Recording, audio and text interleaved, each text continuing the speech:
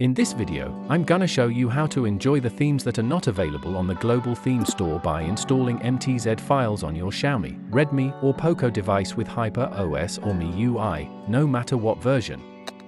In this method, we are going to use a new app that's been recently launched on Play Store. It's called 𝗖𝗶𝗍𝗍 MIUI and hyperos.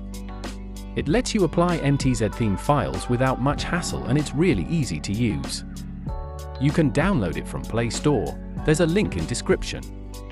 Now you will need the MTZ file itself. Of course, you might already have an MTZ file that you want to apply, or you can get one from Telegram or websites like MIUI themes.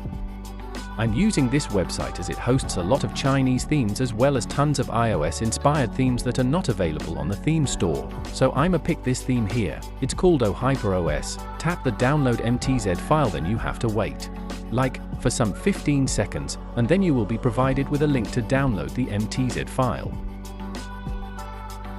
Once the MTZ file is downloaded, you can directly apply it from the 𝗖𝗶 app. However, if the file you've downloaded is in zip format, you'll have to remove the .zip part and replace it with .mtz if not already present. The file must end with a .mtz extension. Now open the app.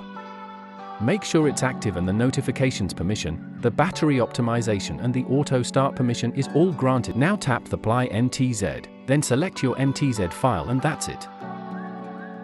No more steps at all. Just make sure that battery optimization and auto start permission is allowed so that the app doesn't get killed by the system and the theme doesn't reset. So this is how you apply MTZ theme files in 2026 on hyperos or MIUI.